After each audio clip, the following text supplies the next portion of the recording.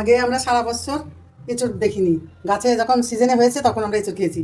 আর এখন সারা বছরই বাজারে এঁচড় কিনতে পাওয়া যায়। আমার ছেলে এসে এঁচড়টা নিয়ে এসছে, আর এই চিংড়ি মাছ এনেছে। আজকে অন্যভাবে এঁচড় দিয়ে চিংড়ি মাছ দিয়ে রান্না করবো, আপনারা দেখ।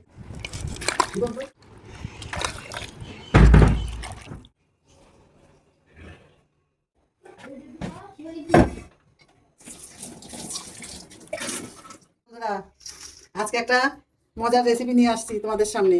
কাঁঠালের এঁচড় আলু দিয়ে, কাঁঠালের এঁচড় দিয়ে আর এই চিংড়ি মাছ দিয়ে রান্না করব। এই যে শুকনো লঙ্কা, একটু মশলা বেশি দিতে হবে, পেঁয়াজ,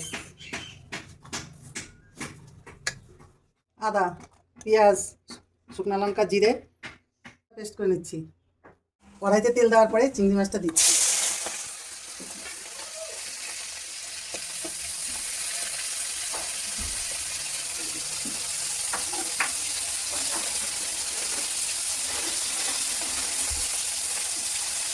চিংড়ি মাছের নুন হলুদ মাখিয়ে নিয়েছিলাম, এখন একটু ভেজে নিচ্ছি।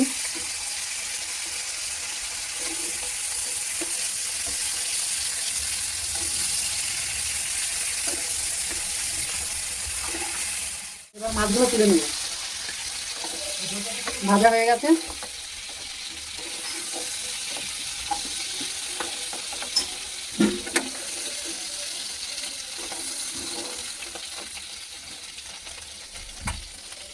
তেলে এছাড়া আলুটা ভেজে নিচ্ছি, অল্প অল্প করে ভেজে নিচ্ছি।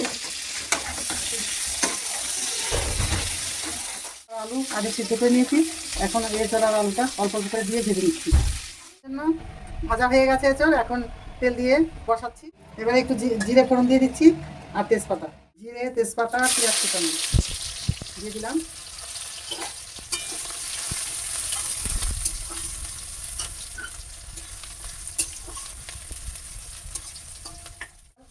বাটা মশলাটা দিয়ে দিলাম, একটু হলুদ দিলাম,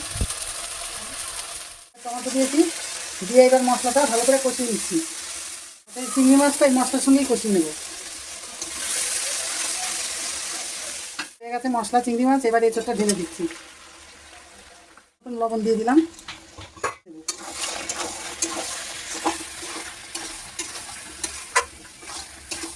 কষানো হয়ে গেছে, এবার জল দিয়ে দিচ্ছি।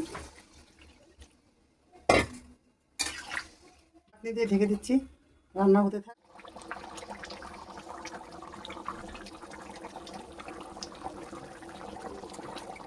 তুলছি,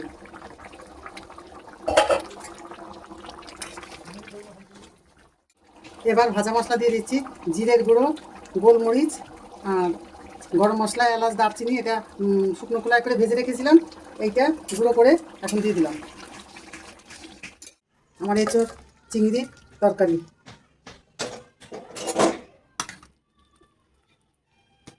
তরকারিটা কেমন হয়েছে তোমরা জানাবে কমেন্ট করে।